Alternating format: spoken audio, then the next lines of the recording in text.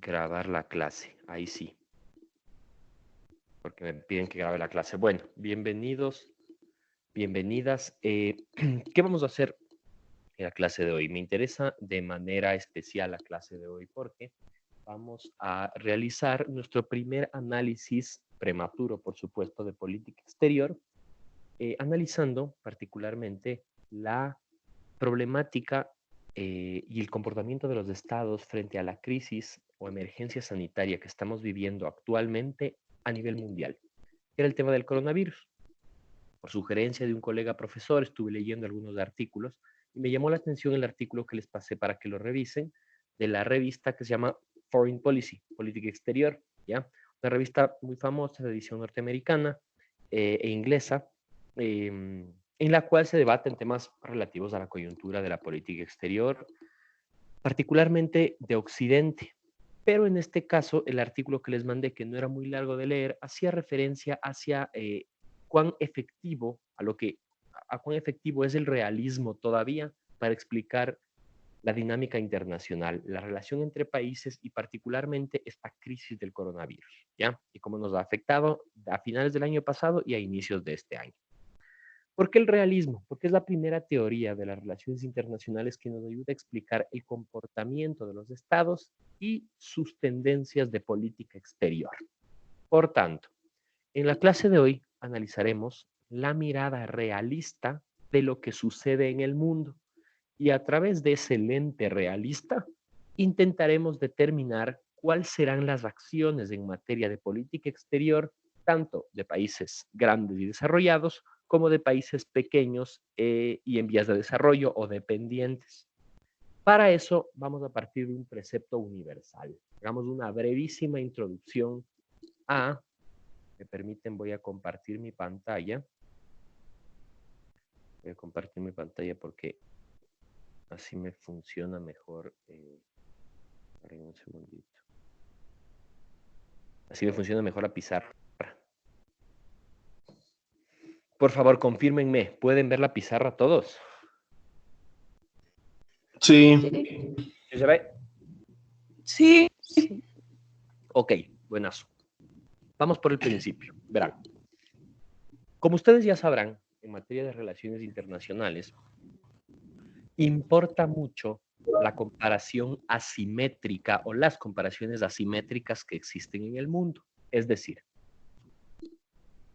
que nosotros vamos a considerar la existencia de dos grandes aristas en materia de estudio. Por un lado, tenemos el norte llamado globalizado o el norte global. Y por otro lado, tenemos el sur subdesarrollado. Subdesarrollado. ¿A qué me refiero, por supuesto? Aquí me refiero a términos estrictamente geográficos. Es decir, si yo cojo un mapa mundi de la Tierra y le dibujo una suerte de línea ecuatorial imaginaria en la mitad, vamos a ver cómo todo lo que está arriba es llamado norte globalizado o los países más desarrollados y aquellos que quedan debajo de la línea sería el sur subdesarrollado. Por supuesto, esto no es universal. Si dibujásemos esta línea alrededor de toda la Tierra, Australia quedaría abajo, por ejemplo. Y Australia no es lo que digamos un país subdesarrollado en todo el sentido de la palabra. O quedaría Nueva Zelanda, que sabemos que es un país de primer mundo. O quedaría Sudáfrica, que de hecho es el foco de desarrollo del continente africano, más o menos. Pero en términos generales, esta mirada del mundo me ayuda a entender que la mayoría de países desarrollados se encuentran en el norte y que la mayoría de países en vías de desarrollo se encuentran en el sur. Primera característica de esta mirada es que quiero que entiendan que el norte global, en términos siempre generales, este norte global, regula al sur subdesarrollado. Por tanto, desde esta mirada, toda la innovación, la tecnología, la buena política, la reforma laboral, los derechos humanos vienen del norte hacia el sur. Son pocas las contribuciones que directamente provee el sur al norte. No, al contrario, el norte provee al sur. Hasta aquí, preguntas No. ¿Nada? Ok, ok. Con base en esta mirada, entonces, es una mirada clásica del desarrollo y del subdesarrollo. De aquí se deriva una parte de la teoría estructuralista, vamos a pasar al otro cuadrito, llamada la teoría del centro y de la periferia. ¿Qué es esto del centro y la periferia?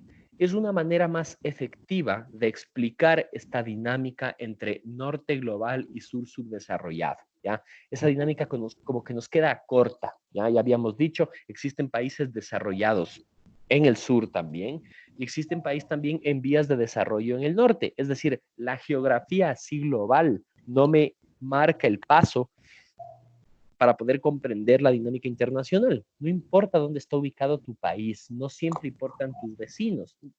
Tengo que explicar de otra manera esta diferencia que existe entre desarrollo y en vías de desarrollo. Por eso nace la teoría del centro y la periferia. ¿Qué nos dice? Nos dice que dentro de la dinámica de relaciones internacionales tenemos países que son de corte central, es decir, que son importantes, poderosos, protagónicos. Y por otro lado, tenemos países satélites o países más pequeños que son llamados periferia. Los países periféricos son como satélites que giran en torno al centro, ¿ya?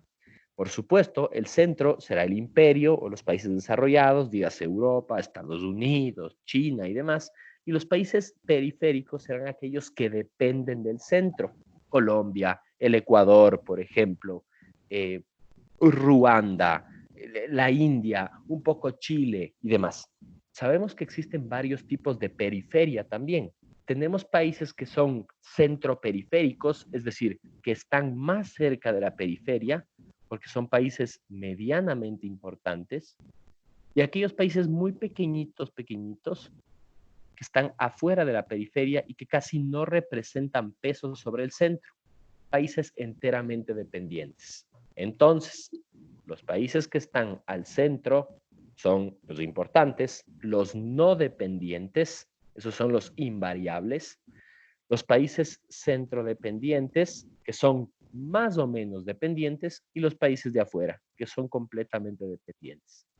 Primera pregunta de la clase, ¿dónde le ponemos al Ecuador en la teoría centro-periferia? En periferia. Sí, periferia. Completamente. Pocos diferirán del criterio de ubicar al Ecuador como un país enteramente periférico, completamente dependiente.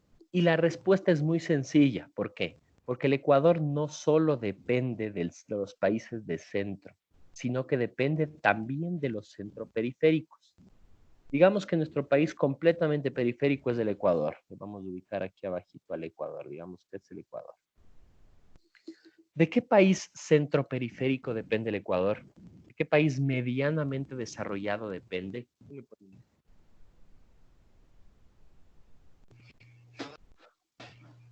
¿De Brasil por qué? Perdón, no escuché. Brasil. Brasil, por ejemplo. Brasil es un país medianamente desarrollado. En algún momento se usó el adjetivo segundo mundo. Si nosotros somos tercer mundo, Brasil sería segundo, con miras a ser primero, como es de Europa. Ya no se utiliza esa terminología, generalmente. Digamos que de Brasil. El Ecuador depende de Brasil y Brasil a su vez depende de los europeos que compren sus productos o de Estados Unidos que financien sus campañas de seguridad, por ejemplo. ¿Ya? El Ecuador resulta ser un país muy periférico. Ahora bien, refiriéndonos solamente a los países periféricos, quiero que consideremos lo siguiente. ¿Alguien tiene prendido el micrófono? Apáguele, por favor. Perfecto. Es que si no se repite mi voz, me escucho dos veces. Les decía, suponiendo, hablemos solamente de los países periféricos, de estos súper chiquitos. Cuando me refiero a país pequeño, no me refiero a dimensiones geográficas, ojo. Aquí la geografía en la teoría centro-periferia importa, pero no tanto. ¿A qué me refiero? A que para ser un país de centro no tienes que ser gigante. Lo que sí tienes que ser es influyente, que es más importante. Cuando digo país periférico, No me refiero a que esos países deben ser pequeñitos, geográficamente hablando, solo los de estados chiquitos como el Ecuador. No me refiero a eso. Hay países muy grandes, muy extensos, que tienen poca influencia sobre el panorama internacional o poca influencia directa. Mongolia es un ejemplo, por ejemplo, para un ejemplo ilustrativo. Mongolia está ubicada cerquita de China. Es un país muy grande geográficamente hablando, pero tiene muy poca presencia política. No se habla mucho de Mongolia en las revistas de política exterior. Mongolia no tiene una mayor participación importante e influyente en el Consejo de Seguridad de las Naciones Unidas, por ejemplo. Es solo un país geográficamente grande que no influye. Por el contrario, Suiza, por ejemplo, es un país muy pequeñito geográficamente, pero que tiene un alto movimiento e influencia económica y que la Unión Europea lo considera para muchísimas cosas, a pesar de que no forma parte de la Unión Europea.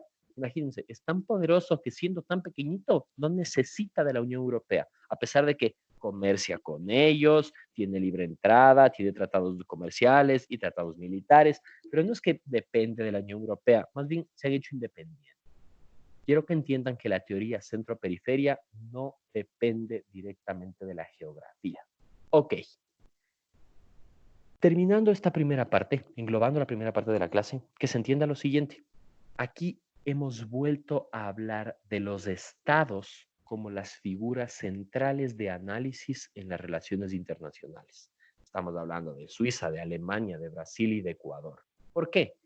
Porque ambas teorías, tanto la del norte global y subdesarrollado, como la teoría del centro y la periferia, son teorías derivadas del llamado realismo estructural, es decir, un enfoque de las relaciones internacionales que contempla todos los postulados del realismo clásico,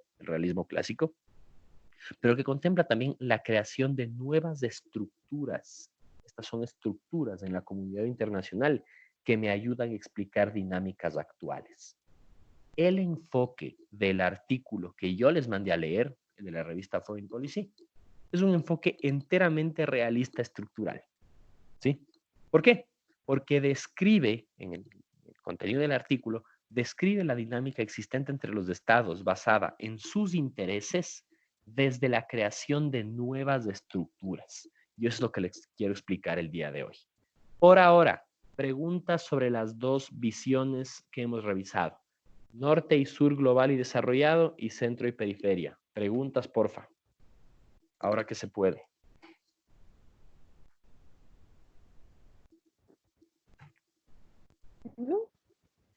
Nada de nada. Sí se entendió.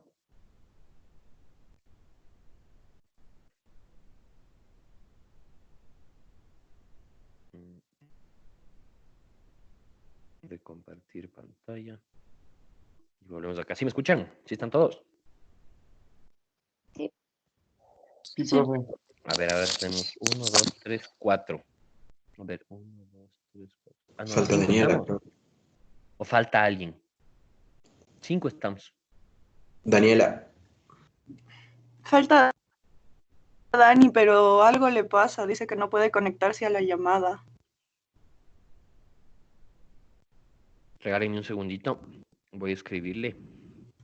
A ver, ahí estoy yo. Ya me ven. Dame tu correo institucional. Qué raro. Capaz pasó algo con la invitación, no está en el grupo. Ya le arreglamos. Ok, entonces, dicho esto, pasemos ahora sí a la segunda parte de la clase. Hablemos del realismo. ¿Qué saben del realismo en relaciones internacionales? ¿Qué es el realismo?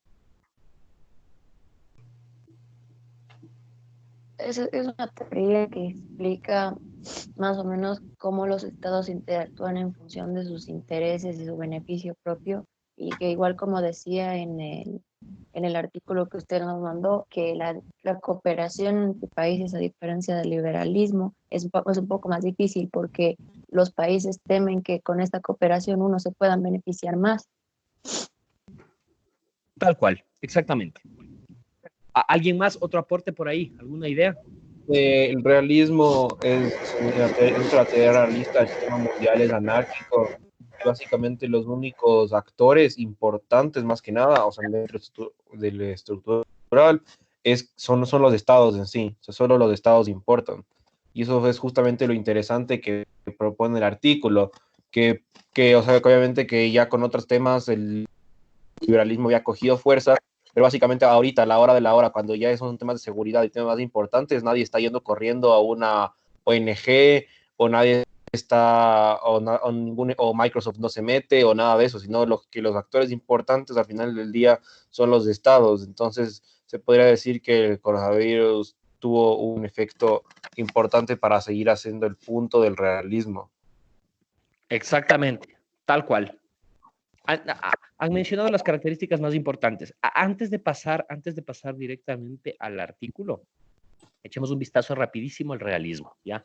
Como bien lo han dicho ustedes, el realismo es una teoría de las relaciones internacionales que parte de una visión antropológicamente negativa. Repito eso. El realismo es una teoría de las relaciones internacionales que parte de una visión antropológicamente negativa. Esto significa que para el realismo, el ser humano no es bueno por naturaleza. Al contrario, el ser humano, exactamente, se caracteriza por ser egoísta, por ser egocentrista, por supuesto, por velar primero por sus propios intereses antes que por los intereses de los demás. Claro, el realismo debe partir de una mirada antropológica, porque en la ciencia política lo primero que se estudió fue el ser humano. La unidad de estudio era el ser humano. Pero ahora, para pasar a las relaciones internacionales, el foco principal de estudio o la unidad de estudio ya no es el ser humano, ahora son los estados. Por tanto, el realismo parte del mismo precepto. Los estados son egoístas por naturaleza. Y si todos los estados son egoístas por naturaleza independientemente, eso hace que el sistema internacional necesariamente sea anárquico. Es decir, que no haya norma, que se rechace, que no haya normas, que no haya reglas, que constantemente se rechace la autoridad. Ya está. El realismo no es nuevo, no nace ayer, ni mucho menos en la edad contemporánea. Es muy antiguo. El primer autor realista, de hecho, fue Tucídides, griego, quien describe a través de sus obras lo que sucedió durante la guerra del Peloponeso en Grecia, en el siglo IV a.C., ¿ya? Posteriormente, otros autores beben de la teoría de Tucídides y comienzan a escribir desde esa visión negativa de la antropología y posteriormente de las relaciones internacionales. Autores importantes del realismo, Tucídides, como les menciono, el propio Nicolás Maquiavelo durante el Renacimiento en Italia, ¿no? Autor del Príncipe. Thomas Hobbes. El propio Thomas Hobbes, ese es... Regálenme un segundo, ¿quién me escribió aquí? Daniela, pero vamos a invitarle porque creo que no está...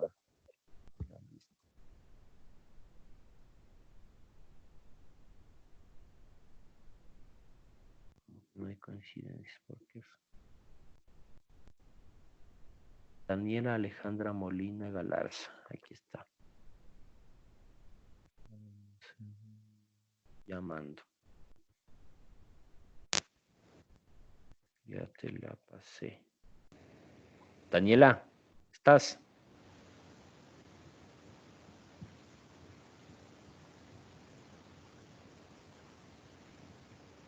Yo no escucho nada. ¿Ustedes escuchan algo?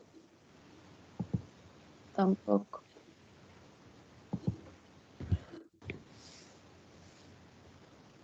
Hola, Dani. ¿Nos ves? Buenazo. Chévere. Sí me escuchas bien, ¿cierto? Sí. Ya. Ya estamos todos. Entonces, seguíamos. Les decía. Autores importantes. Nos quedamos Maquiavelo, autor del Príncipe. Por supuesto, uno de los realistas más importantes de todos, Thomas Hobbes, quien escribe El Leviatán y esta teoría del Estado poderoso que tiene la capacidad de regular las relaciones entre seres humanos y cuidarle al hombre del propio hombre. ¿Ya? Importantísimo Hobbes. Posteriormente tenemos realismo clásico, llamado realismo clásico o realismo duro, en manos de Carr, por ejemplo, a inicios del siglo pasado, y ahora el debate realista-neorrealista, con base en la obra de Waltz, de Kenneth Waltz, que es uno de los realistas contemporáneos más importantes de todos. Por si acaso, y les suelto algunos nombres. Ok. Por tanto, para el realismo, el Estado es egoísta por naturaleza. Pero lo más importante es que el realismo comienza hablando del Estado, es decir, que la primera figura de análisis es el Estado. Y como bien mencionó uno de ustedes, hemos visto que frente a esta crisis del coronavirus actualmente, de hecho el Estado ha pasado a ser preponderante. ¿Por qué? Porque la teoría realista te dice que el Estado es, ha sido y será el garante de la seguridad a nivel nacional e internacional siempre. Cuando los seres humanos han tenido problemas de seguridad, siempre han regresado a ver al Estado. Si uno de ustedes sufre un asalto, inmediatamente piensa en llamar ¿a quién? ¿A Batman? ¿A los Avengers? No, a la policía. A la policía. A la policía. Nosotros sabemos bien que nuestra policía no es la mejor del mundo, le falta eficiencia, pero sigue siendo autoridad. Y lo más importante, deriva de la autoridad del Estado. El artículo hacía algunas menciones que a mí me gustaron mucho. Cuando pasó lo del 11 de septiembre en los Estados Unidos, nadie le regresó a ver a la ONU, ni siquiera al Consejo de Seguridad de Naciones Unidas. Todos pensaron inmediatamente, el Estado debe defenderme. Y si es que pensaron en la ONU, era para que la ONU formalice o exhorte a una reunión de estados, porque la ONU por sí sola no opera. De hecho, operan los estados en la ONU. Más claro, la ONU es el lugar en el que se reúnen y no otra cosa. ¿Sí me entienden, no es cierto? Por tanto, desde esa perspectiva, el Estado continúa siendo el eje central de estudio. ¿Ya? La cooperación que vemos actualmente entre estados para cuidarnos o defendernos o combatir el coronavirus es muestra de eso. Sí, la OMS ha intervenido, cierto es, sí, pero el papel de la OMS no es de policía, no es de garante de seguridad, es de informador. Yo he visto que la OMS ha funcionado bastante para informarnos, para decirnos, esto es coronavirus, esto no es coronavirus. Vienen directamente, ni mucho menos, nada que ver. Literal, porque los que están buscando la cura son China, Rusia y de manera independiente. Tal cual, pero exactamente. Ajá. Exactamente. Por lo tanto, el Estado continúa siendo la figura central. En los últimos años, chicos, si ustedes se fijan en los últimos 10 años, la última década, del 2010 al 2020, se habló mucho del debilitamiento de los estados frente a la comunidad internacional. Los liberales, que es la teoría que se opone al realismo, el liberal cree que el Estado no es la figura central, pensaban y argumentaban mucho que se está perdiendo la noción de autoridad y soberanía del Estado. Los estados son cada vez menos soberanos, decían los liberales. La Unión Europea es el claro ejemplo de esto. La soberanía casi no existe en la Unión Europea. Sí, cierto es que si estás en Italia cantas el himno de Italia, pero te cruzas la frontera y ya cantas el himno de Francia. De hecho, es muy fácil pasarse de Italia a Francia. Entre España y Francia, pues son vecinos, no hay mucha diferencia. De hecho, las fronteras son más permeables que nunca y las ciudades de frontera ya comienzan a matizarse unas con otras. Por eso el catalán, que está en la frontera entre España y Francia, ya no habla ni siquiera español, habla catalán, que es un derivado del español mezclado con el francés. ¿Me entienden? Hay mucha más dependencia, hay mucha más interdependencia entre un estado y otro. Ya no importa la soberanía. Cada vez es más fácil que te den una visa. La gente se mueve más por negocios y por estudios. Y hemos visto que hay parejas, comunidades, naciones internacionales. Por tanto, la soberanía se está diluyendo. ¿Qué te dice el evento del coronavirus? Mentira, eso no es cierto. Vivimos una fantasía liberal en la cual nos hicieron creer los últimos 10 años que la soberanía se está diluyendo. Pero profe, ¿sí me escucha? Sí, te escucho. Dime. Ay, qué bueno. Ya. No. Sí, Quería saber ¿sí me si escuchas tú a mí? ¿Sí me escuchas? Sí. Sí, buenas. Les decía, ¿qué sucede en la actualidad? El coronavirus demostró que eso no es cierto, porque apenas nos enteramos del tema de la transmisión transfronteriza de la pandemia, ¿qué hicieron los estados? Cerraron fronteras y se acabó el liberalismo. Hasta eso ahí llegó. Con la globalización. Tal cual. Dice que está ayudando ayudando, digamos, por decir así, a limitar lo que es la globalización y a Así es, limitar la hiperglobalización, así es. porque dice que esta hace que se entre más fácilmente como que en crisis mundiales, por decir así, Claro, pero de que completamente. eso nadie se daba cuenta hasta que pasan crisis, o sea, hasta que A- pasan momentos cruciales. Así es. Y ya vamos a hablar de ese aspecto. Ya les voy a hablar del aspecto de la globalización y cómo, de hecho, para los realistas, la globalización influyó para que el coronavirus se disemine por el mundo. ¿Sí escucharon eso? Es súper importante. El Sí. realista cree que la globalización es el motivo por el cual la pandemia se diseminó. Si no Sí, hubiese globalización, no hubiese pasado. Cuéntenme, alguien iba a decir ajá, algo ahí. que sí tiene sentido lo que dicen, que por la globalización el virus se fue a todos lados, que es cierto, Completamente. básicamente. Es cierto, es la Ajá, verdad. No estamos mintiendo, es la verdad. Si no hubiese globalización, por lo menos globalización no en términos comunicativos, porque ya veremos cómo la comunicación más bien nos ha unido, ¿no? Miren, ustedes y yo estamos conectados estando tan distantes, pero así no nos tocamos por lo menos. Pero si yo necesito que se lean este libro que estoy leyendo sobre ISIS, por ejemplo, les tengo que enviar el libro. Ya, si yo les envío el libro ahorita, ya es más probable que a través del libro se contagien, ¿me entienden? Lo mismo sucede a nivel nacional e internacional con exportaciones, importaciones, con medicina, con el capital humano que se está moviendo por el mundo, migraciones y demás. Ya hablaremos de eso, pero vamos por partes. Por tanto, ahorita acabamos de concluir en que no es cierto eso de que la soberanía se estaba diluyendo y que los estados ya no son la figura central del estudio de las relaciones internacionales. Todo lo contrario. La política exterior realista está vigente en el mundo, oculta cuando todo está bien y muy evidente cuando las cosas se complican un poco más. Permítanme volver a compartir mi escritorio. Compartir. ¿Me pueden ver? ¿Ven la pantalla? ¿Ven ¿cómo se llama? La pizarra. Sí. ¿Sí ven todos la pizarra? Bueno, vamos rápidamente, dinamicemos esto. Entonces, acuérdense que ahorita estamos analizando todo esto desde una mirada enteramente realista. Dos características entonces. Para el realismo, el Estado continúa siendo... El Estado continúa siendo la figura central. El Estado. Eso no ha cambiado. Segundo, las soberanías nacionales están vigentes más que nunca. La soberanía nacional está vigente, no se ha eliminado. Eso es súper importante.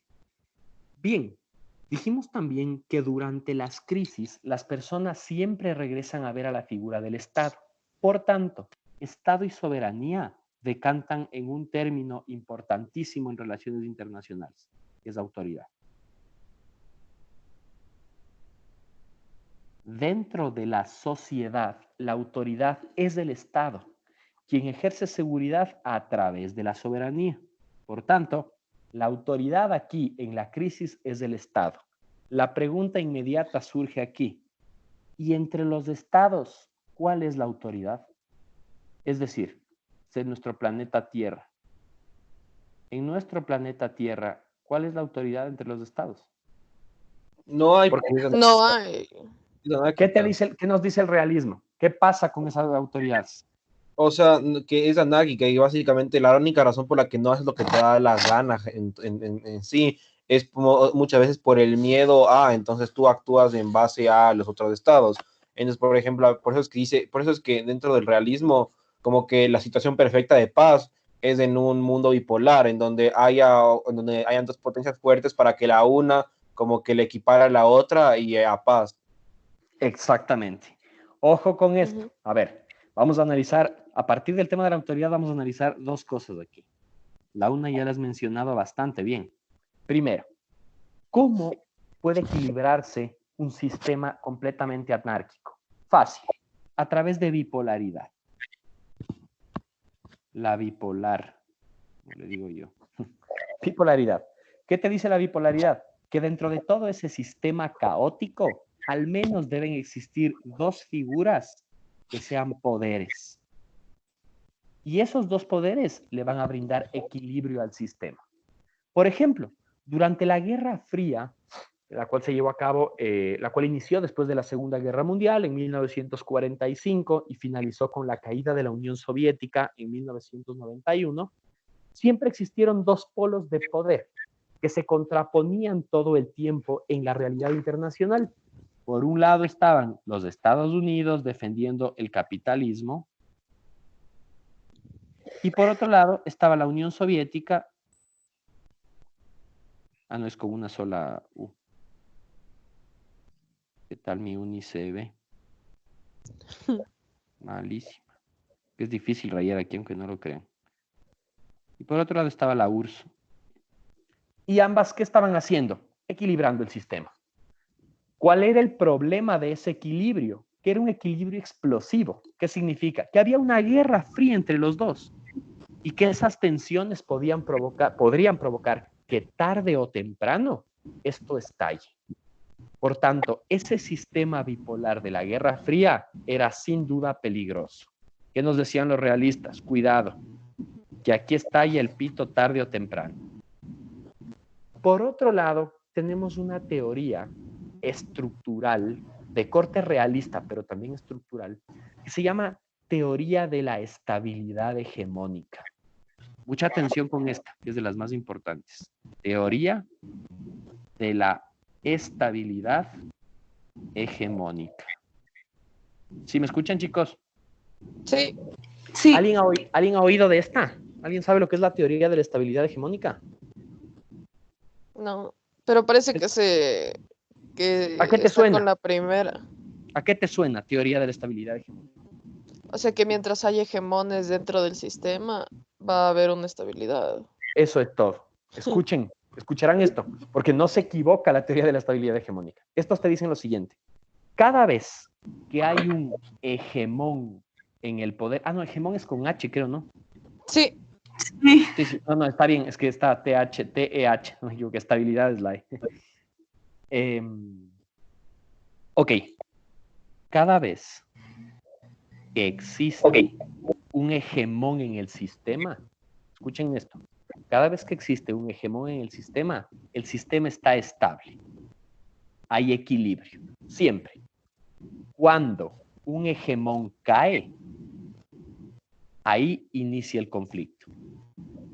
Facilito. Vamos a poner ejemplos históricos. Durante la primera parte de la antigüedad, Grecia y Roma fueron imperios. Y mientras Grecia y Roma fueron imperios, Europa se mantuvo estable porque había orden, porque el hegemón ordenaba, era el policía del mundo y a la fuerza metía en su lugar a los que no formaban parte del imperio. Cuando Roma fue imperio, se desarrolló un concepto en la antigua Europa, en el viejo mundo, llamado Pax Romana. ¿Han escuchado de eso? no. La Pax Romana es la paz derivada del control de los romanos. Los romanos llegaban a tu pueblo y te decían, somos romanos, si te dejas conquistar por las buenas, te dejamos vivir en paz mientras pagues impuestos y reconozcas a Roma como tu imperio. Punto. Eso es todo. Si no te dejas conquistar, vamos a entrar en guerra. Igual te vamos a ganar. Mejor déjate conquistar. ¿Qué hacían los pueblos? Se dejaban conquistar. Y así poco a poco Roma, con su característica de imperio, comenzó a crecer hacia el norte, hacia el sur, hacia el este, hacia el oeste, y consiguió ser el imperio que es, prometiéndote ¿qué? Paz. Pero ¿qué sucede cuando se cae la primera parte de Roma? En el año 476 después de Cristo. Se cae Roma a mano de los érulos. ¿Y qué sucede en Europa? Estalla una crisis bélica sin precedentes. Es decir, no hay hegemón, inicia la anarquía. ¿Entendieron eso? Sí. Pongamos otro ejemplo. Estados Unidos. Estados Unidos no nos ha hecho vivir una Pax Romana, nos ha hecho vivir una Pax Americana. Mientras Estados Unidos ha sido imperio, se ha desarrollado el concepto de Pax Americana. La paz derivada de los Estados Unidos. Los norteamericanos ganan la Segunda Guerra Mundial en 1945. se reparte en Berlín con los soviéticos, se crea la Organización de Naciones Unidas y desde 1945 hasta el año 2020 no se ha llevado a cabo la Tercera Guerra Mundial. Sí, ha habido conflictos de baja intensidad, ha habido guerras pequeñas, ha habido enfrentamientos bélicos en Asia, ha habido enfrentamientos bélicos en los Balcanes, las guerrillas derivadas de los residuos del marxismo, sí, pero no ha habido una Tercera Guerra Mundial. Los únicos que hacen guerra son los propios norteamericanos, porque la tienen controlada. Profe, ¿no es un poco contradictorio ¿Por qué? eso? ¿Te escucho? Porque ya tienes la teoría de estabilidad hegemónica, pero la misma estabilidad hegemónica te puede llevar a la inestabilidad. Sí. O sea, luchando para la hegemonía, digamos, te puede llevar a eso, o sea, a una inestabilidad del sistema, una Sí. inestabilidad mundial. Completamente de acuerdo. Sí, te puede llevar a eso. Pero ¿a qué me refiero? A que la teoría de la estabilidad hegemónica te dice que el mundo necesita un guardia, un policía fuerte, al que o te adhieres o te rebelas, pero es el que mantiene el orden dentro de un esquema completamente anárquico. Y yo no creo que se equivoque, te repito. Mientras Roma fue imperio, hubo más orden que cuando Roma dejó de ser imperio. Es muy sencillo. Mientras España fue imperio en América, hubo más orden que cuando España dejó de ser imperio en América. Porque cada uno se independizó, iniciaron las guerras de independencia, inició la asimetría económica, se nos fue de las manos. Mientras Estados Unidos fue imperio, hubo orden y no guerra en el mundo, o guerras controladas. No me malinterpretes, estamos hablando de una teoría, por supuesto, tendrá muchos errores, pero no creo que esté tan equivocada. ¿Qué te estoy diciendo? ¿Estados Unidos sigue siendo hegemón hasta ahorita? ¿O solo él es hegemón? Sí. Esa es la pregunta. ¿Solo no. él? ¿Seguros? No. No. Las cosas están cambiando. No es el único, pero es de los más importantes. Es de los más importantes. Es el más importante. Exactamente. Se puede Pero a decir. nivel... Es el Sí, más sí. importante. Podríamos seguir diciendo que es el más importante. Sí, podríamos. Pero quiero que entiendan algo. Hay ascenso de otras potencias aquí paralelas. Y eso hace que el mundo se esté volviendo multipolar desde la perspectiva de los hegemones. Por tanto, esta Pax Americana ya no es tan cierta en nuestros días, porque hay otros países que pueden organizar una guerra. Rusia, China, India, la Unión Europea. No sé si me entienden. Por tanto, la inestabilidad inicia cuando se va cayendo nuestro hegemón, cuando se va cayendo la Pax Americana. Más claro, parte de esta teoría sigue vigente hoy en día, porque el policía grande del mundo ya no es el único. Y cuando hay 2, 3, 4 o 10 policías, ya no puedes hacer lo que hacía el policía solito. Ya tienes que consensuar entre policías del mundo. ¿Cómo extrapolo esto a la crisis del coronavirus? ¿Quién me explica de bipolaridad? Vamos a, primero pongámosle aquí números. La teoría 1, la teoría 2. ¿Quién me explica la teoría 1 de bipolaridad frente al coronavirus? ¿Podemos explicar el coronavirus todavía desde la bipolaridad o ya no? No creo, la verdad. ¿Por qué? Porque ya no es un sistema bipolar. Ok, ya no es un sistema bipolar, ya no hay solo dos polos, ¿no es cierto? Ujú. Ok. Nadie influye mucho O sea, la podríamos hablar tal vez de Estados Unidos y China, pero Rusia es igual de importante, entonces. Ya no hay solo dos polos, ¿no es cierto? Sería más o menos un sistema multipolar, ¿sí o no? Sí. Bueno, pues el realismo te dice que no. De hecho, aquí hay una bronca realista en medio de la crisis del coronavirus. ¿Qué dice Trump del coronavirus? ¿Quién ha escuchado un poquito de lo que dice? En la lectura decía que a Trump se Al lo tomó inicio lo muy... negó, al inicio Pero hasta vamos por como que partes, trató de toditos fingir se que no lanzaron, existe. toditos se lanzaron, no les escucho, espérense. Que digamos, Espérenme un Yo. segundo. la Esperen lectura... un segundito, espérenme. Es que estoy abriendo el Teams para ver quién habla. Porque... Ok, Daniel, ¿estabas hablando? Sí, Dale, sí. a ver, dale. Te escucho. En la lectura decía que Donald Trump en realidad no se lo tomó como muy en serio, por decir así, a la ok. pandemia. Entonces fue como que no tomó las medidas necesarias al momento que debía haberlas tomado. Exacto. Inicialmente Trump no hizo lo que debía. De hecho, se lo tomó fresco. Sí, es un problema, pero desde su punto de vista etnocentrista, aprendan esto por favor, término etnocentrismo. Eso es ver el mundo desde mi posición en el mundo. ¿Me entienden? Un etnocentrista ve el mundo solamente desde su metro cuadrado. Como Trump ve el mundo desde los Estados Unidos, y como los Estados Unidos no se vieron afectados directamente del tema del coronavirus en inicio, ¿qué dijo Trump? No pasa nada. Como Sí. no llega acá y mi país es muy seguro, entonces eso no es importante. Hablemos de otra cosa. ¿Alguien iba a decir algo? Algo que dijo Trump que me parece súper tonto. O sea, dijo que o sea, cuando estaba explicando su posición de que no le importa el coronavirus, el cierre de la economía de Estados Unidos es más peligroso que el coronavirus. Exactamente. ¿Y eso qué es? En teorías, volvamos a la teoría. ¿Qué es eso? La segunda. No a los enfoques, a la teoría que hemos estado estudiando. Eso es realismo. Eso es realismo. Es realismo puro y duro. Alguien está ahí, tienen 2 micrófonos abiertos. Dani, ¿puedes cerrar tu micrófono, porfa? Un Sí. segundito. Sí. Ya, porfa. Eso ahí, perfecto. Ahí sí les escucho más claro. Eso es realismo puro y duro. No es otra cosa. Lo que dice Trump es, como mi economía es muy poderosa, si yo paro mi economía, les voy a afectar más que la expansión de su coronavirus, porque el coronavirus no es mío, lo mío es mi economía. Es realismo puro y duro. Por otro lado, piensen en la posición de China. ¿Qué dice China frente al coronavirus? Les escucho. O sea, China primero que nada intentó esconder. Exacto. Luego, ¿Por qué? ¿Por qué escondió?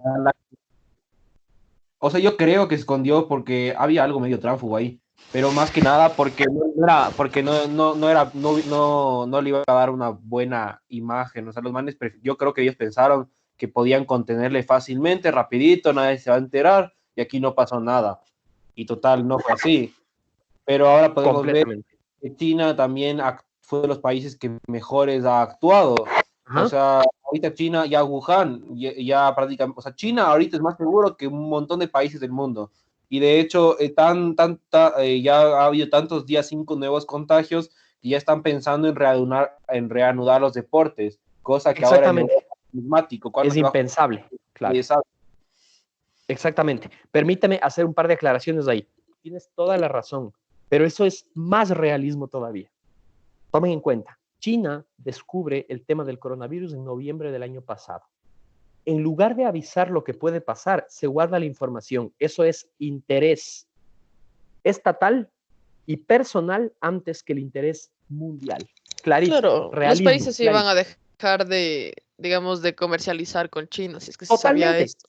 Porque si yo te digo que estoy enfermo dentro de mi empresa, me dejas de comprar nomás, es peligroso.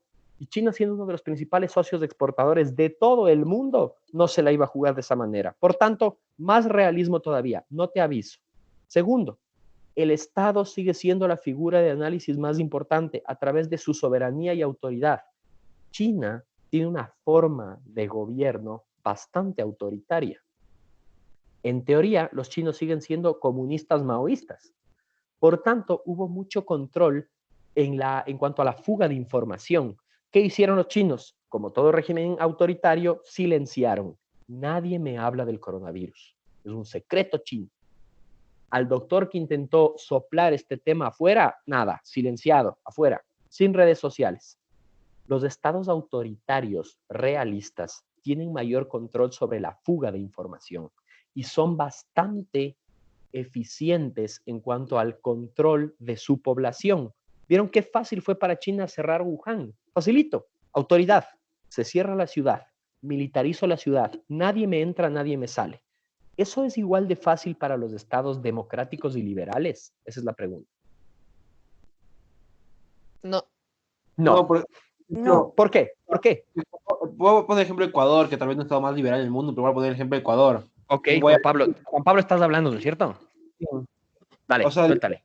Voy a poner el ejemplo de Ecuador, que tal vez no es el país más liberal del mundo, pero igual, vamos a poner el ejemplo de Ecuador. En Guayaquil se dijo que la gente se quede en sus casas, les valió un comino, les ves en la calle. Tal cual. Además, hay entrevistas que les hicieron, no sé qué canal, no recuerdo qué canal fue, y los manes dicen que aunque les digan que se queden en la casa, no lo van a hacer porque no pueden quedarse en la casa. Ya ves, ahí tienes. Y como bien dices tú, este no es el Estado más liberal del mundo, pero somos un régimen democrático y occidental al fin y al cabo. No puedes meter militares a patear guayaquileños y meterles a sus casas de la fuerza. ¿Por qué? Derechos humanos. Yo tengo derecho a estar en mi jardín si me da la gana. La policía puede entrar solo hasta la puerta. ¿Dónde está su orden de captura? Derechos humanos. Me voy a quejar con la ONU. Liberal. ¿Entienden? Esa dicotomía me muestra que hay dos visiones todavía realistas en esa crisis. Tengo los estados autoritarios y los estados liberales. Chicos, Igual, eso es bipolaridad. Incluso en el siglo XXI. La teoría de la bipolaridad no está perdida, sino que en la bipolaridad actual ya no solo se involucran nombres de países, sino grupos de estados, que es otra cosa. ¿Para quién va a ser más fácil hacer una cuarentena nacional? ¿Para Cuba o para Italia? ¿Qué dicen ustedes? para Cuba. Para Cuba. Cuba, Para Cuba. por la fuerza del Estado, por su Y para autoritarismo. Cuba. Igual, Por o sea, un punto que igual trataba, decía que obviamente que en las democracias la información fluye más rápido que Completamente. en el autoritarismo y en las dictaduras, digamos. Así es. Luego tienes, claro, Entonces, ahorita es un estamos hablando punto solamente del fuerte. control, ¿no? La fuerza del dictador de decir, como dictador militarizo el país y nadie me sale. Y al pelotón de fusilamiento al que me desacata la orden. Eso ya no puedo hacer en las democracias occidentales. Si mañana el presidente Moreno ordena fusilamiento para todo aquel que no respeta la cuarentena, le caen los organismos de derechos humanos, no mañana, hoy, en medio del coronavirus, y le tachan de dictador y de abusivo. Pero eso sí, Sí debería. pueden hacer aquellos países o estados que ya han enfocado su gobierno hace rato hacia el totalitarismo. Corea del Norte, por ejemplo, o Brunei, o Arabia Saudita, o la propia China o Cuba. ¿Sí? Estoy siendo un poco radical en mi intervención, pero quiero que me entiendan. Por otro lado está el tema de la información que bien mencionas.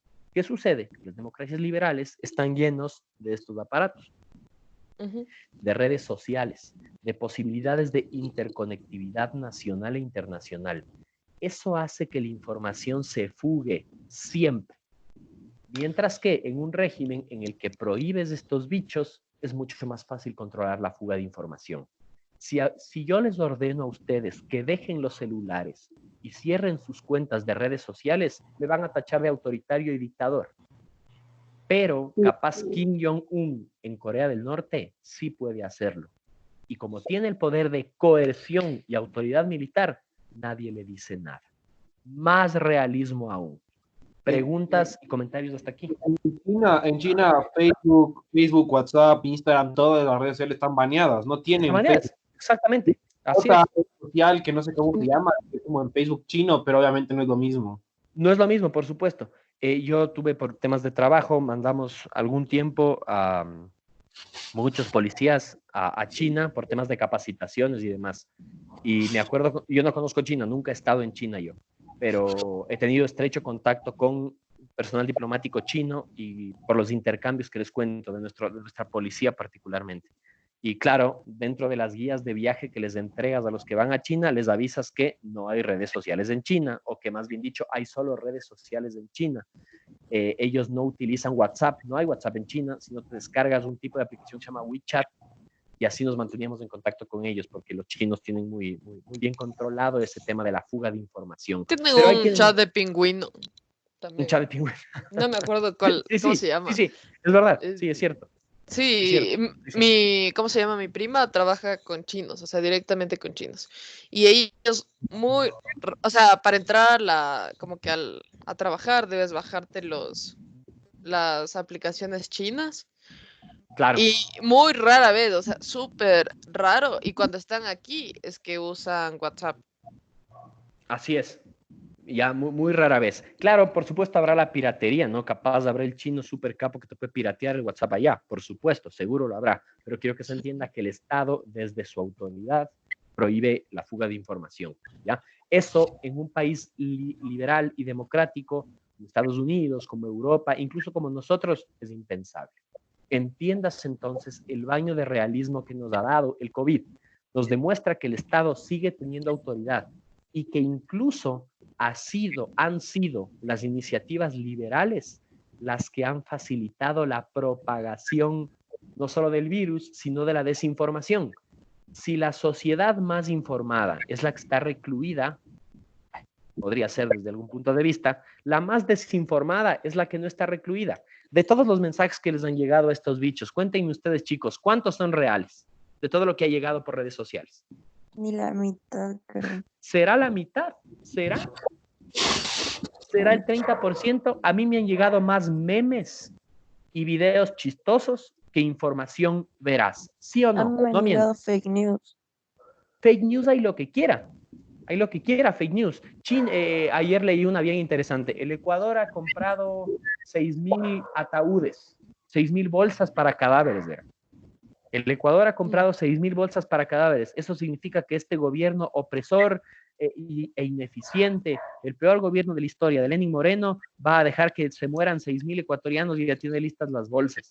Tuvo que salir la ministra de Gobierno, el nuevo ministro de Salud, a aclarar, a decir, eso es fake news, nadie ha comprado bolsas de cadáveres. Y si compramos, es lo que siempre compramos, no es que vamos a dejar que ustedes se mueran. Fake news, desinformación, liberalismo, transferencia de información sin control. Pero creo que también puede ser parte de que, o sea, todos creo que estamos conscientes de que en realidad como que el gobierno no nos está diciendo la verdad. Sí. Y como que la gente entra en pánico y todos empiezan a decir cualquier cosa, sí. Sí, Claro, a es ver, ¿qué como sucede que se ahí? promueve la histeria colectiva. Histeria colectiva. Completamente de acuerdo. Pero ojo, ¿qué sucede ahí? Lo que pasa en esos casos es que era uno de los temas que tratamos en la primera clase. Lo que sucede ahí es que estamos perdiendo confianza en las autoridades, en las instituciones. Y lo más importante, estamos renegando de la autoridad moral de las instituciones, especialmente del Estado. Dudamos de todo mundo. Ya no creemos en el Estado. Ok, el Estado es corrupto y mentiroso y maneja sus propios intereses. Ya no creemos en el Estado. ¿Creemos en la iglesia? No, porque la iglesia también es corrupta. Entonces ya no creemos en la iglesia. ¿Creemos en las instituciones, en las empresas multinacionales? No, porque son unos contaminadores corruptos. Además, creen que con dinero pueden comprar la felicidad. Entonces no creo en las multinacionales. ¿En quién creemos? Yo creo que es una crisis social a gran escala. En nadie. Mediática. Y ya no, ¿creemos en los medios de comunicación? No, porque son los más No. mentirosos. Eso se pasa inventando fake news y compiten por sus propios intereses. Ok, pero ¿y en quién creemos? ¿Creemos en el Internet? No, el Internet está plagado de noticias falsas y de información también financiada por las corporaciones. Ok, pero ¿quién es la autoridad entonces? ¿Me entienden? Cada vez más creo que hay una percepción social de desconfianza institucional y eso a largo plazo, a mi criterio, sí es negativo. Porque nos quedamos sin autoridad, entonces ¿quién dice la verdad? ¿Quién toma buenas decisiones? No crees en nadie. Ya no crees en nadie, ya no creemos en errores, en francos errores, en fe de ratas, ya no creemos en eso. ¿Qué tal que mañana salga el ministro de Salud a decir, oigan, cometí un error, discúlpenme? ¿Le vamos a disculpar al ministro de Salud? No. No. Nadie. No. Nadie le va a disculpar al ministro de Salud. Todo lo contrario, le van a caer con todo el peso. Vejámenes, ley, le van a insultar, le van a querer votar, van a pedir que renuncie. No creemos que el tipo honestamente pudo haber cometido un error. De hecho, creemos que en política no se deben cometer errores. No hay espacio para los errores. Y en parte es cierto, no lo voy a negar, yo creo que se debe cometer menos errores. Pero de ahí a decir que toda acción política debe ser perfectible, eso es complicado. Creo que Déjenme incluso es imposible poder decir eso. Sí, yo también creo que es imposible, sinceramente, completamente de acuerdo. Déjenme paso a la tercera parte de la clase, es la penúltima parte, del tema realista en relación a lo que estamos analizando. El realismo te dice que la cooperación internacional es frágil y es peligrosa. Sí. Olvidémonos un segundo del realismo. Volvamos al liberalismo, que tanto tiempo ha predominado en el mundo. Voy a compartir otra vez mi pantalla, si me permite. Escritorio. Compartir. Ok, ahí estamos.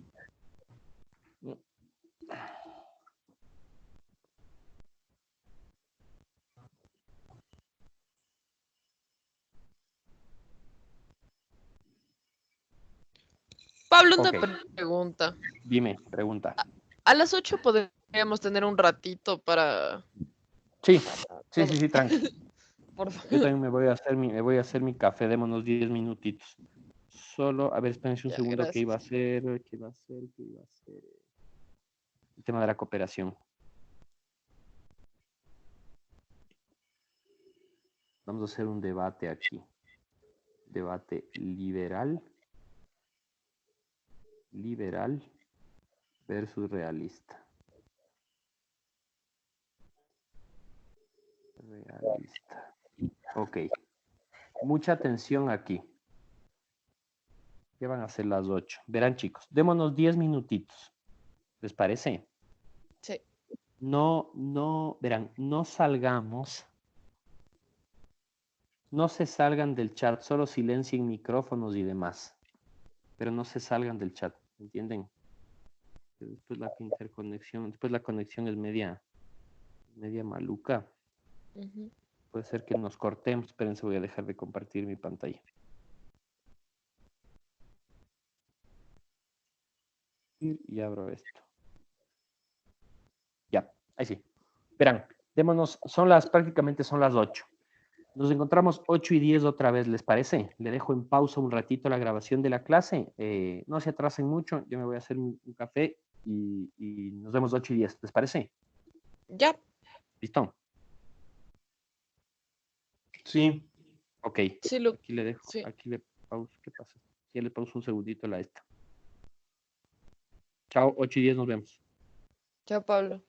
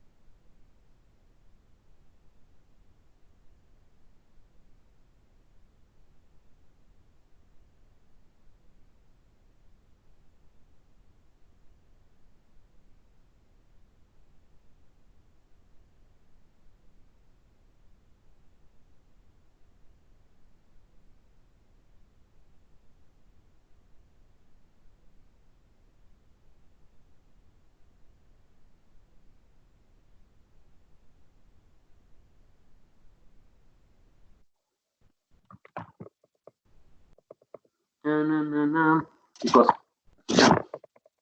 Hola, profe. ¿Cómo va? Hola, profe. Sí están presentes. En la cama creo que están ustedes todavía. Todos. Sí. Son clases a la cama. A ver, aguántenme un segundito que estaba buscando la... ¿Qué es? Ahí ya. Ahí está la pizarra, a ver, ya les comparto. Para seguir donde nos quedamos. No, voy a intentar acabar lo más pronto posible. Yo sé que es largo, pero teníamos que comenzar por aquí. Teníamos que comenzar por el realismo. Aguántense un segundito. Compartir pizarra.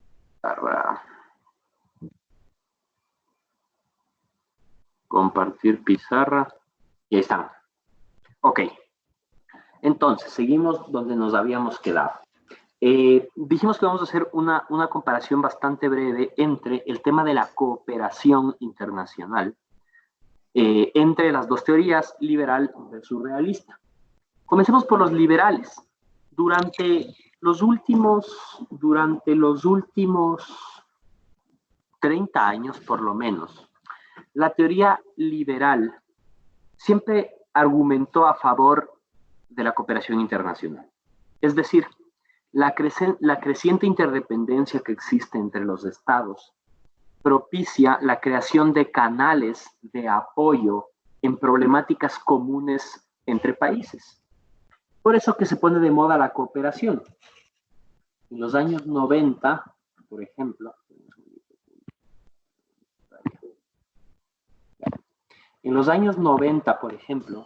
la década de los 90, se puso de moda la cooperación entre países desarrollados, argumentando a favor de la prosperidad en el mundo. Se acabó la Guerra Fría en los 90, ya cayó la Unión Soviética, triunfó el capitalismo. Todos los países deben inclinarse por el capitalismo. El capitalismo es bueno, porque programa el desarrollo de las naciones. Trabajando, pagando impuestos, empoderando a las empresas, vamos a conseguir desarrollo infinito. Y todo iba bien en la década de los 90, cae la Unión Soviética, cae el muro de Berlín, se unifica Alemania, y Estados Unidos tiene varios socios cooperantes en el mundo, y ha triunfado la prosperidad. Por eso, para los liberales, es bueno cooperar entre estados. Llega la década de los 2000, los 00. ¿Y qué sucede en el 2001? ¿Qué pasó en el 2001? El atentado al World Trade Center. Terrorista, 11 de septiembre. ¿Qué sucede? Este desarrollo derivado de la prosperidad capitalista crea asimetrías en el mundo. Y todavía había temas pendientes, especialmente con Medio Oriente. ¿Qué sucede en la época de los 2000? Se reafirma el terrorismo islámico, ataque terrorista 11 de septiembre. A partir del 11 de septiembre, esta prosperidad derivada del desarrollo se va a cambiar por la cooperación en materia de seguridad. ¿Alguien tiene abierto el micrófono? Ciérrele, por favor.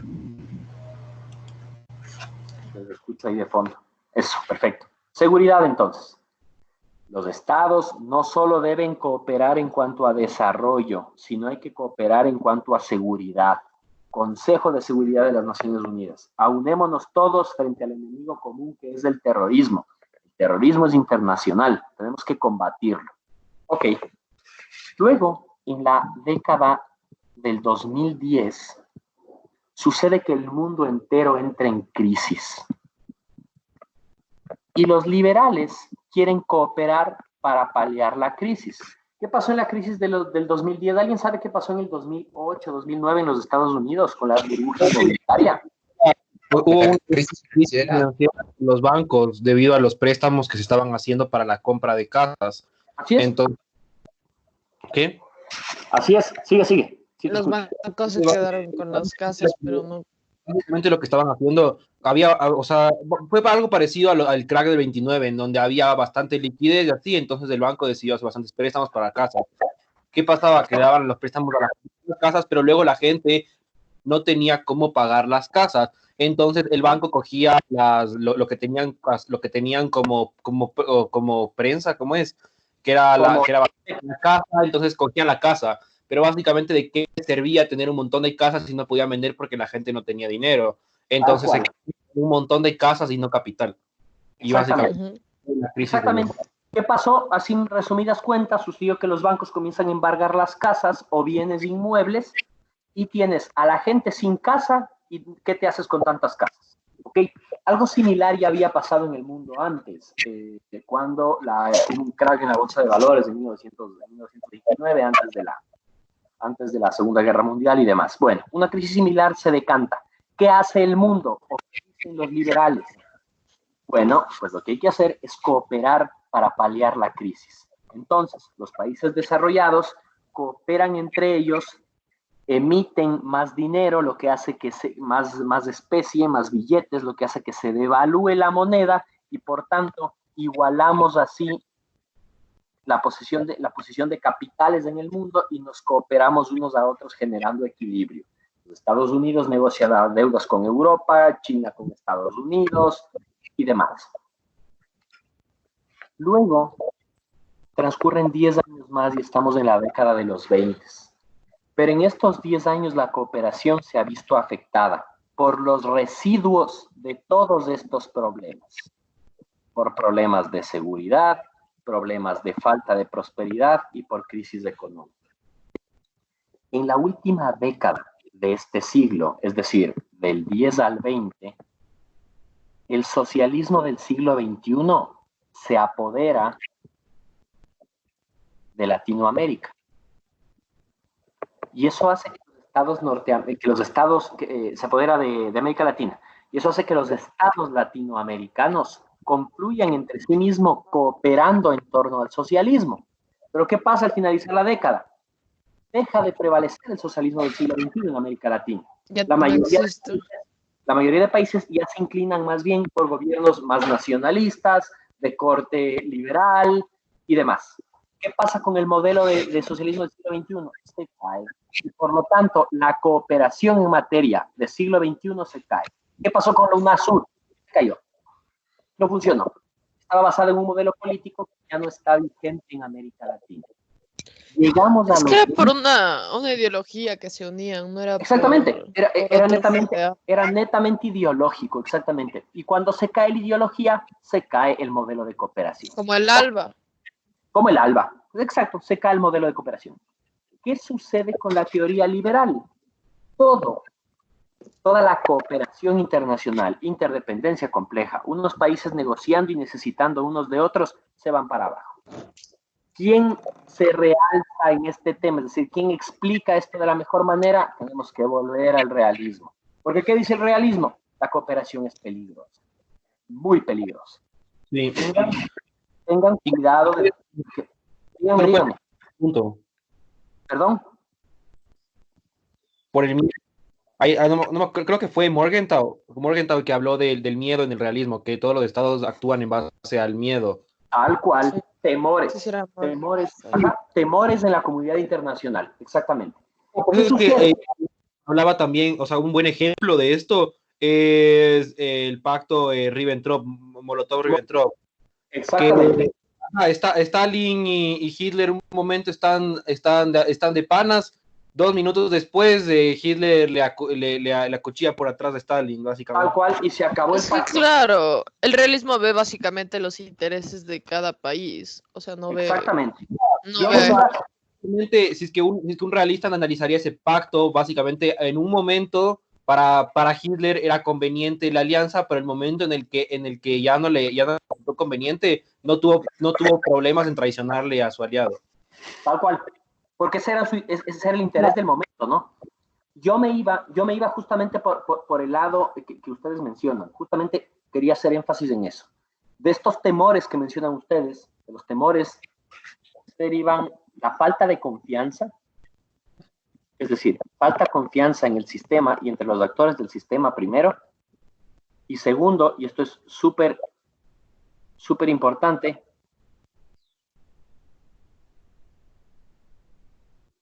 espérenme un segundito que ya se me trabó el Ya, es el pizarrón, ajá. Dame un segundo.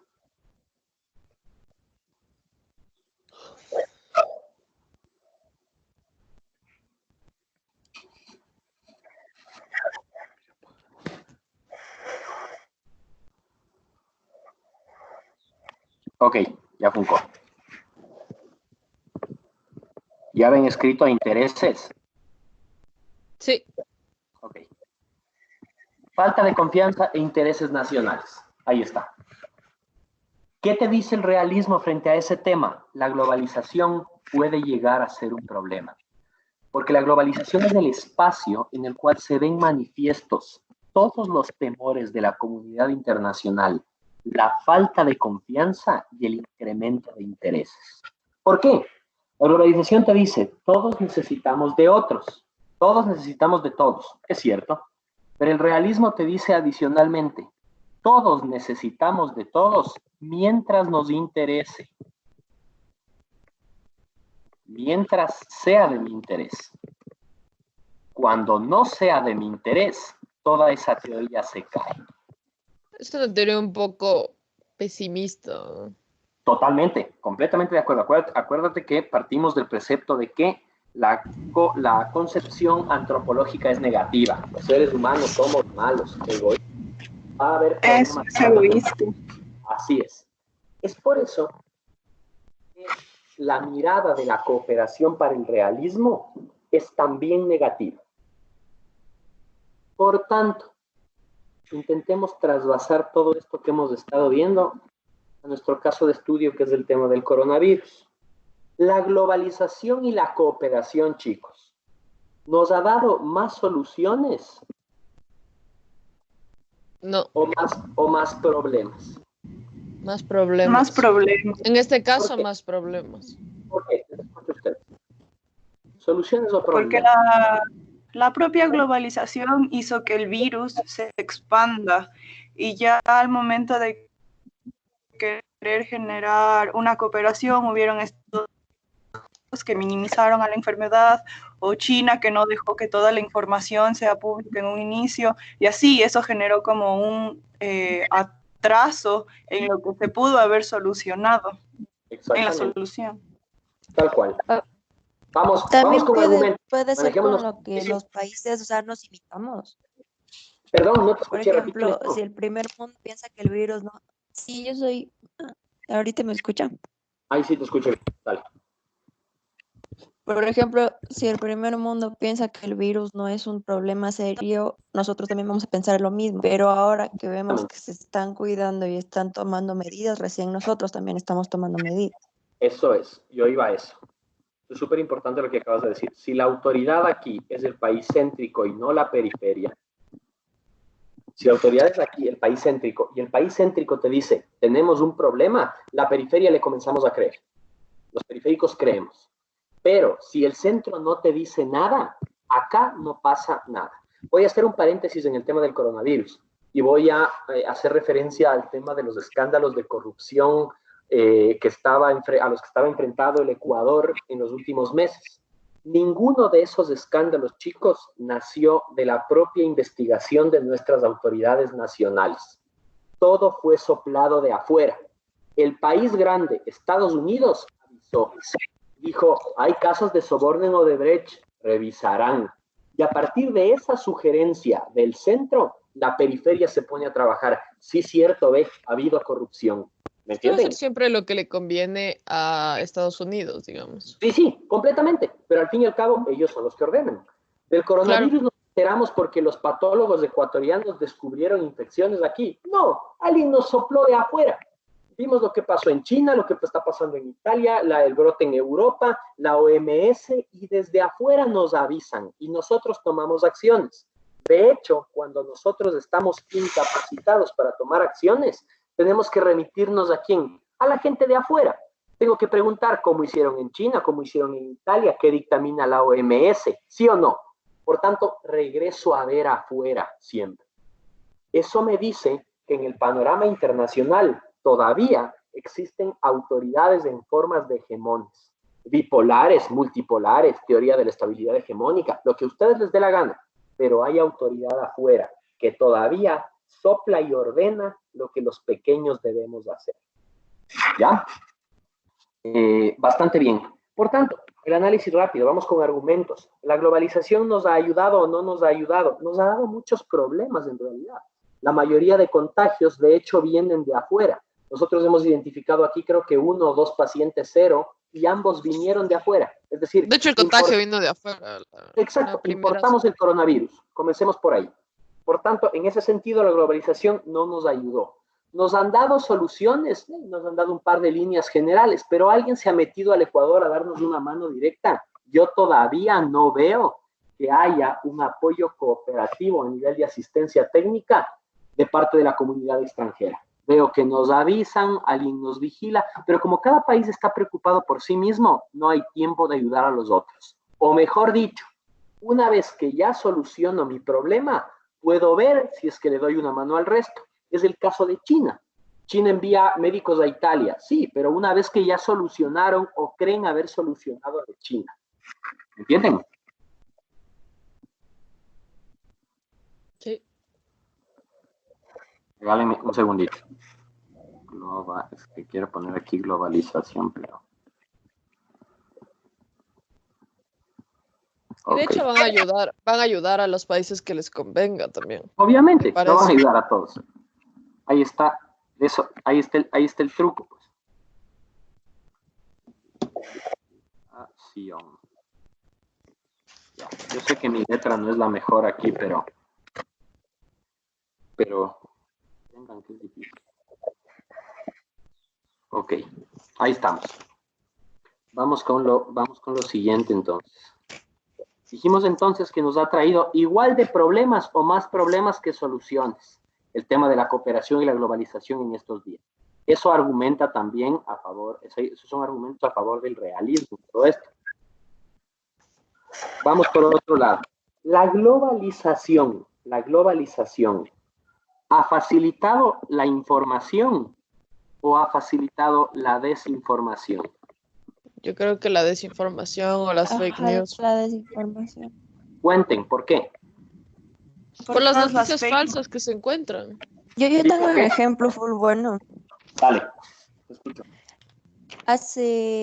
¿Qué será? Hace creo que un mes o dos salió un video de un señor que estaba desmayándose en Wuhan, en China, y todo el mundo estaba diciendo que sí, que la gente está desmayándose en la calle por el coronavirus y que sí, que todo el mundo le va a empezar a pasar eso, pero a la final era mentira, que el señor se había muerto de un infarto o algo así, y recién ahora también sacaron un video de que la gente supuestamente está desmayándose en Guayaquil. Exactamente. La pregunta es la siguiente: ¿qué aportan esos videos al tratamiento del coronavirus? ¿Qué aportan? Absolutamente no nada. aportan al caos. Al contrario, nos aportan a un caos terrible, nos meten en problemas. ¿Sí o no? Es un problema. Es un problema definitivamente. A mí me llega una cantidad de información que no se imaginan. De hecho, el gobierno ahorita está preocupado más por evitar la desinformación que por informar. No sé si me entienden.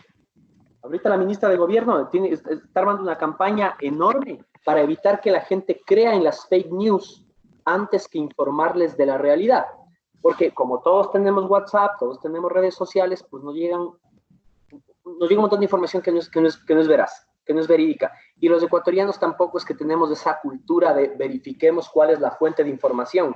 Le llega algo a mi mamá y retuitea lo primero que le llega. Y lo más probable es que en sus casas sucede algo así. Entonces pelea todo el día: mamá, deja de mandar tonterías, no creas todo lo que te llega. Pregunta, averigua de dónde viene, porque estás generando caos. Por tanto, la cooperación y la globalización ha facilitado, yo creo, más bien la desinformación que la verdadera información. Porque lo que deberíamos hacer es leer papers relativos al coronavirus. Mi esposa se hizo un curso en la OMS la semana pasada. Ustedes se meten a la página de la OMS, hay cursos ofertados gratuitos ahí sobre el coronavirus. Eso debemos hacer, informémonos de fuentes oficiales. Pero si busco lo que dice... busco lo que dice la primera fuente que me llega al celular, no funciona así, es un problema. Finalmente, la globalización y la cooperación internacional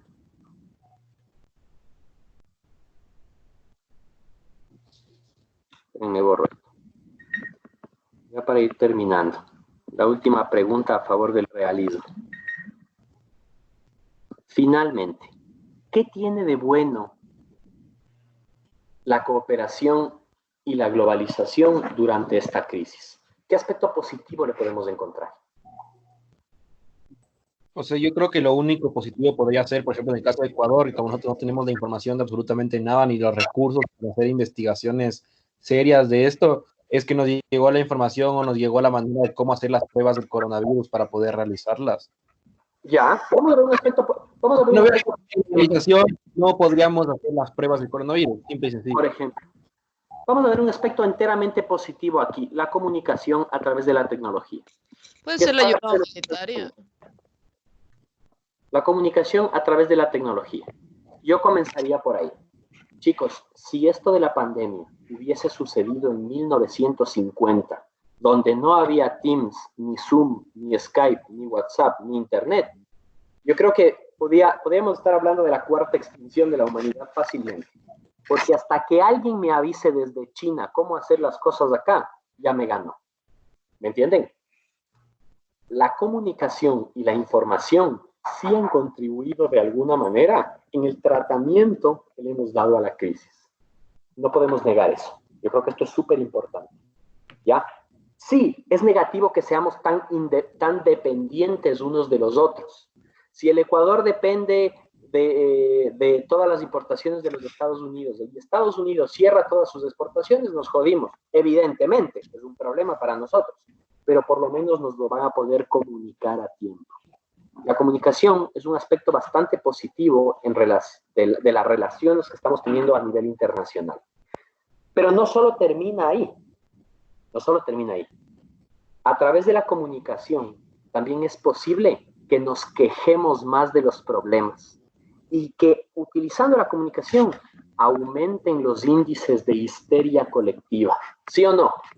Como Sí. estoy más enterado, me preocupo más también de lo que pasa afuera. Por lo tanto, el realismo es una buena manera de explicar los problemas que representa la cooperación. Pero el realismo es limitante en cuanto a los aspectos positivos, porque el realismo solo me da malas noticias. Me dice que hay temores, que hay desconfianza, que hay desinterés y demás. No me habla de los aspectos positivos de esas necesidades conjuntas que seguimos teniendo como estados. Y yo les voy a dar una que el realismo se ha olvidado. Atención con esto. ¿Cuáles son las buenas noticias que capaz nos podría dar el realismo? Si es que para los realistas los estados compiten entre ellos, esa competencia nos puede ayudar a desarrollar alternativas para combatir la crisis. Y eso Va a ganar no el que primero encuentre la cura. ¿Perdón? Que va a ganar, digamos, el que primero encuentre la cura. Tal cual. En algún momento durante la Guerra Fría, ¿qué estaba de moda? La carrera, seguro cuando estudiaron la Guerra Fría les hablaron de la carrera militar. La espacial. También la carrera espacial, exactamente. ¿Se acuerdan de eso? O sea, intenta sacar como... Entre estadounidenses y soviéticos se pasaron peleando. ¿Quién llega primero a la luna? ¿Quién tiene el mejor tanque? ¿Quién tiene la mejor corbeta? ¿Quién tiene la mejor fragata misilera? De hecho, ¿Quién tiene... Internet, Exacto. el Internet fue inventado en esa guerra. Fue una manera para comunicarse sin que los soviéticos. Así es, los correos electrónicos y luego el Internet, el uso de las líneas telefónicas y posteriormente el Internet se inventaron con fines militares. Y dentro de esta carrera ganaba el que más poderío militar, más capacidad militar tenía. Bueno, pues frente al coronavirus quisiéramos que se repita lo mismo y que haya una carrera en materia sanitaria y posiblemente medicinal médica para poder descubrir no solo una vacuna, sino una cura efectiva, un tratamiento efectivo frente al coronavirus. ¿Me entienden? El interés por sobrevivir hará que los estados desarrollen alternativas, unos más, otros menos. Y en ese sentido, tarde o temprano, alguien encontrará la cura para este tema por algún lado, ya sea aquí o acá. Y lógicamente, gracias a la interdependencia, esa cura debería replicar aplicarse en el resto de estados. Por tanto, el realismo hará que a través de la competencia todos los estados busquen una alternativa para solucionar el problema. Ya lo ha hecho China de alguna manera. Estados Unidos lo busca hacer también. Los europeos están metidos en todos los países con presencia de coronavirus en investigaciones relativas a la posibilidad de curar la enfermedad. Y eso no es malo. Igual, de la misma manera en la cual se llevó a cabo la carrera militar, ahora debería llevarse a cabo una carrera sanitaria. Creo que eso es bueno. Hasta aquí, chicos. ¿Preguntas? No. ¿Se entiende cómo el realismo explica gran parte de lo que está sucediendo? Sí. Eso es importante. Es lo más importante. El realismo explica gran parte de lo que está sucediendo. Resumen rápido. El Estado sigue siendo la figura central en el realismo, sigue siendo la figura central del concierto internacional. Si realismo es anarquía y reina la anarquía en la comunidad internacional, la única manera de combatirla es a través de las dos visiones que vimos al inicio, o bipolaridad o teoría de la estabilidad hegemónica. ¿Ya?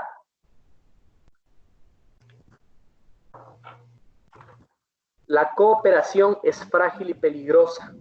Eso es importante. Vimos cómo en los últimos 20 o 30 años la cooperación ha subido altos y bajos y ahora es una de las causas de la propagación del virus. Cierto es, pero también la buena noticia es que a través de la cooperación y la competencia entre estados es posible que encontremos una potencial alternativa. ¿En dónde decanta todo esto que les he estado diciendo durante esta clase súper larga? En lo siguiente. Para analizar la política exterior de los estados, nosotros debemos considerar siempre tres variables. ¿Sí me escuchan? Sí. Tres variables. Esto es importante. Desde ahora se van a preguntar lo siguiente. Qué bestia, qué mala letra la mía. Les juro que no puedo hacer letra mejor, aguante. Me voy a acercar un poco porque qué terrible mi letra. Ok, tres preguntas.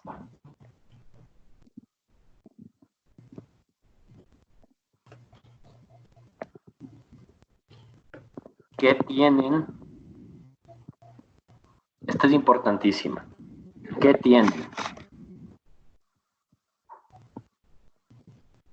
La otra es, ¿qué quieren? ¿Qué quieren?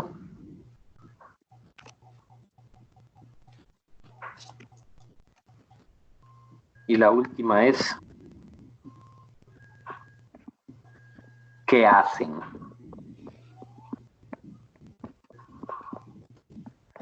Listo.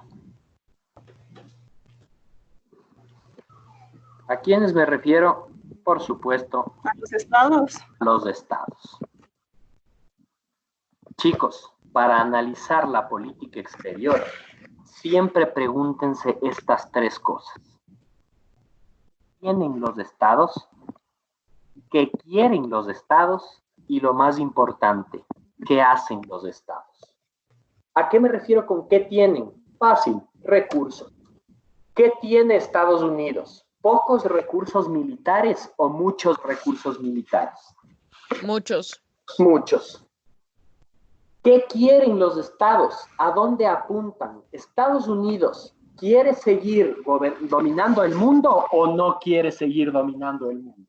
Sí. Son sus intereses. Sus A la intereses, hegemonía. yo creo que quieren seguir siendo hegemón. Y finalmente, ¿qué hacen los estados? ¿Estados Unidos se mete en los conflictos o ya no se mete y deja nomás? Sí se mete. Siempre se mete hasta el día de hoy. Por tanto, la política exterior de los Estados Unidos Es intervencionista. Es intervencionista. Es intervencionista. Punto. Primera conclusión de política exterior. Estados Unidos es intervencionista. Ustedes dirán, eso no es milagro, ya lo sabíamos. Y eso con Estados Unidos. Pensemos en el Ecuador rapidito. ¿Qué tiene el Ecuador? ¿Por qué se caracteriza en materia de ventajas comparativas? Naturalmente, ¿qué tiene el Ecuador? Tenemos mucho poder. Poder Recursos. agrario. Tenemos Recursos algo de naturales. recursos. Sí, no me gusta mucho eso, pero tienen razón ustedes. Tenemos recursos, ok. ¿Qué más tiene el Ecuador? Agrarios, o sea, recursos agrarios. Recursos naturales, pongamos. Ujú. ¿Qué más tiene? Nada, no mentira. ¿Qué más? Y los recursos naturales, ¿qué tiene particularmente? ¿Cuál es la primera exportación del Ecuador? Banano, No, cacao, la primera Cacao, petróleo. petróleo. petróleo, Juan Brasquez. Casi el Perdón. 40, petróleo. Casi el 40% del PIB del Ecuador es petrolero. Petróleo. Ok, eso ya te dice algo. El Ecuador tiene petróleo. Ok, ¿qué quiere el Ecuador? ¿Cuál es la visión del Ecuador a nivel internacional? ¿Qué quiere? ¿Creen que quiera dominar el mundo el Ecuador? No, No, No le interesa dominar el mundo. No lo puede hacer y tampoco le interesa. ¿Qué quiere? ¿Qué busca? sobrevivir. No mentira. Exactamente. El Ecuador busca sobrevivir. Sobrevivir y poquito a poco insertarse en el mundo. Sí. Busca insertarse poquito a poco en el mundo. Ok, ¿y qué hace el Ecuador a nivel internacional? ¿Qué hace? no hace Eh, mucho. No hace mucho, es verdad, pero no hace el nada. Ecuador ayuda mucho a nivel internacional. No, No, más bien ¿qué? ¿Qué es lo contrario de dar? Le No ayuda. damos. recibe ayuda. El Ecuador pide y recibe. Pide y recibe. Ojo con esto. Sabemos que tenemos recursos naturales, principalmente petróleo, que de hecho lo vendemos. Vendemos el petróleo para sobrevivir e insertarnos. Y aprovechamos de la comunidad internacional para pedir y recibir. ¿Qué les dice eso de la política exterior ecuatoriana? ¿Qué les dice? ¿El Ecuador es intervencionista? No, No, No. para nada. ¿El Ecuador es centro o es periferia? Periferia. Es periferia. periferia. ¿El Ecuador tiene grandes intereses hegemónicos? No, No, No tiene. El Ecuador es un estado satélite. Y lo peor de todo, esta es nuestra conclusión de política exterior, el Ecuador no tiene política exterior. No la tiene. De hecho, termino esta clase contándoles que el Ecuador literalmente no tiene política exterior. No existe un documento con las líneas generales de política exterior que utilice el Ecuador. No existe, no lo tiene. Antes teníamos el PLANEX, el Plan Nacional de Política Exterior. Ahora no lo tenemos. Es claro, porque miren lo que tenemos. Por tanto, estas preguntas, chicos, estas preguntas de análisis de la política exterior se relacionan unas con otras. El qué quieren se deriva del qué tienen. Y el qué hacen se deriva del qué quieren. Por lo tanto, están interrelacionadas. Una depende de la otra. Desde esta perspectiva, la pregunta más importante en materia de política exterior es esta. ¿Qué tienen los estados? Porque si los estados tienen más o menos recursos, más o menos presencia, más o menos poder, más o menos autoridad, se determinará más claramente qué quieren la política exterior. ¿Preguntas, por favor, hasta aquí? no, profe. ¿Segurísimos? ¿Qué están aburridos? No. Pero creo que ya se entendió full bien, profe. Yeah. Ok. Esta es la primera mirada. Perdónenme la camarita. Ya, ahí está. Esta es la primera aproximación realista que tenemos a nuestra materia. Y terminamos con un análisis metodológico bastante cortito. No se olviden, desde ahora, para analizar una situación, nos vamos a hacer esas preguntas. ¿Qué tienen los estados? ¿Qué quieren los estados? ¿Y qué hacen los estados? Y vamos a utilizar las teorías como enfoque analítico. Ahora hicimos un análisis bastante breve de lo que sucede en el realismo frente a esta crisis. ¿Qué tal si analizamos la crisis desde una mirada un poquito más liberal? Es decir, pongámonos los lentes de liberal y veamos la crisis. Y veamos en qué medida el liberalismo está en capacidad de explicar lo que sucede. Ese es el deber para la próxima clase. Pónganse lentes de liberal. quiero que todos ustedes me expliquen brevemente, cada uno en una intervención de 2 minutos máximo, cómo ven los liberales la crisis del coronavirus. No quiero nada escrito, no quiero ninguna presentación. Quiero que cada uno me hable máximo 2 minutos y me explique cómo vería un liberal esta crisis y cómo el liberalismo puede explicar lo que están haciendo los estados frente a la crisis del coronavirus. Siempre haciéndose las preguntas que les acabo de proponer. Acuérdense, ¿qué tienen los estados? ¿Qué quieren los estados? ¿Y qué hacen los estados? ¿Se entiende o no? Sí. ¿Entendido? ¿Clarito? Sí. Chévere. Sí. Chévere, entonces. Verán, déjenme chequear a ver si me encuentro algún artículo de la misma extensión del anterior para que se lo lean. Más de corte liberal, por supuesto, este era bastante realista. De ser así, les pongo el link como siempre en el chat. Ya, me parece más fácil así. ¿No les molesta que les mande por el chat de WhatsApp? No, profe, mejor. Mejor, les paso así y se pega una leidita, se lo leen en 10 minutos, igual siempre en inglés, y lo que se me quedó en esta clase fue hablar de terminología en inglés. Lo hacemos la próxima clase, ¿ya? Repito, deber entonces, analicen la crisis del coronavirus, haciéndose las 3 preguntas que les puse y principalmente mirándolo desde la perspectiva liberal. Hecho, eso es todo por ahora, chicos. Mil gracias.